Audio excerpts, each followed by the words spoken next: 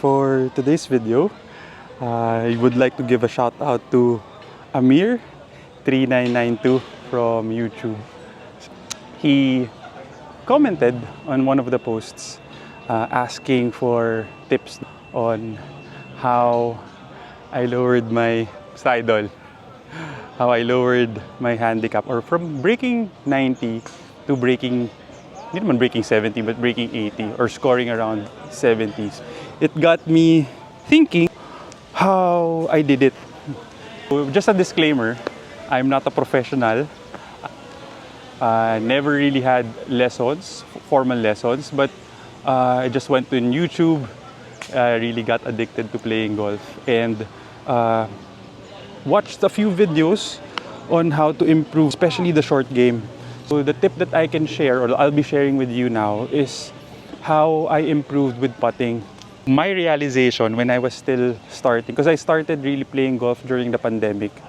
I really got addicted to golf nung pandemic. Then I realized that during that time, the best way to lower your handicap, or at least lower your score, is to avoid three putts. Madami, no? Ang dami kong three putts before. So I took videos, or I tried my best to find ways how I can lower my three putt. What I did was, you might notice sa videos ko that I would be mentioning it's 7 paces, 6 paces, or you can see me counting the steps. That's what I do. I count the steps of my putt. The tip that I'll be sharing with you now is what I do in terms of having a baseline in terms of the distance in putting. So the tip that I'll give you, it's not really how to hole putts. It's not about aiming.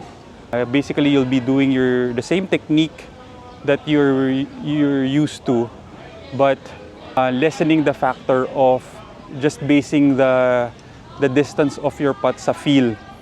Yun nga. So you'll have a baseline, or a bit of paces with your putt. So siguro what I'll do now, so ito, I will go to the green, and normally what you do, or what you can do is, with the standard putting stroke that you have, have a putting stroke that you can duplicate.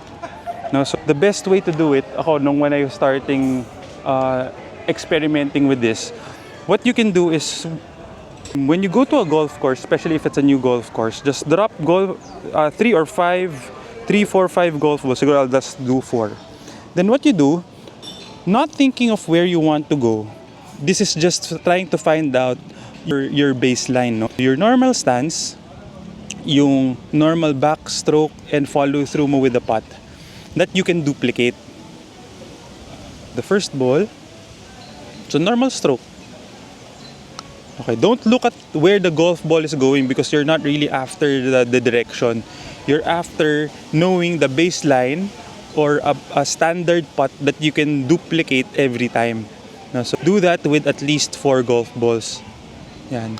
Don't look at the golf ball, where it's going. Then, the third,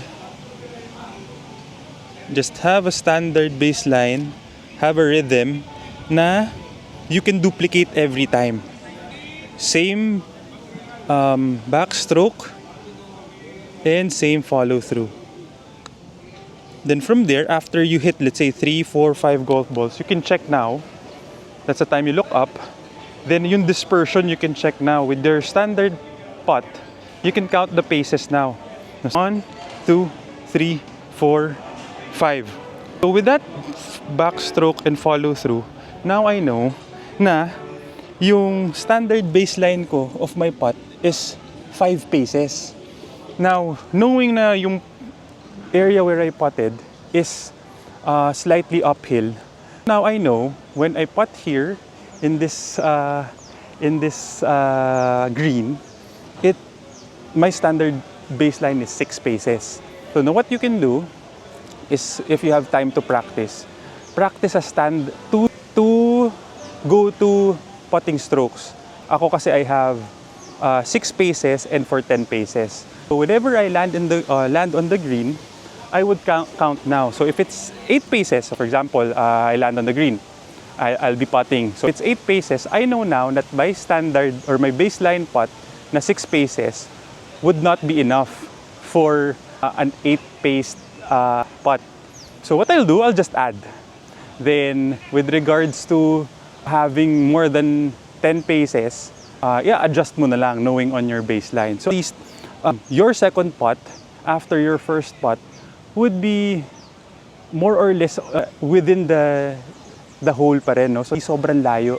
Kasi normally or before when I used to just base it on feel, diba? Normally you just look at the golf hole, then you just base it on, or you feel that this putting stroke might be enough.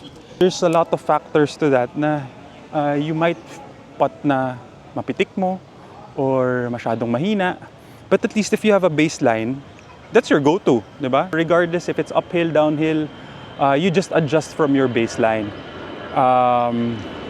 That's the best tip that I can suggest. Then whenever you play around, another tip would be have a goal of trying to avoid 3 putts. When I initially started with that technique of counting the paces, my aim would be at most to have 2 3 putts per round. Then, syempre, you can't avoid that, pero at least we can't avoid 3 putts. But definitely, by having a technique na ganun, you can avoid more 3 putts in your round. Then, another tip is have a routine pala. Yan, so have a routine regardless if you're having a good round or a bad round. Always have a routine. For me personally, what I do is I have a routine wherein I have 2 practice strokes, diba? I check if it's uphill, downhill, read the greens with my caddy. Then have 2 practice strokes now wherein I'm looking at the hole, trying to feel if my baseline putt would be enough.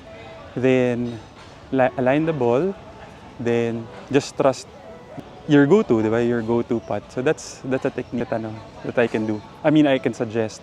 Now have a routine, because in golf, diba, you want to have consistency. So we are trying to build consistency, and one tip for us to have consistency is having and sticking to a routine.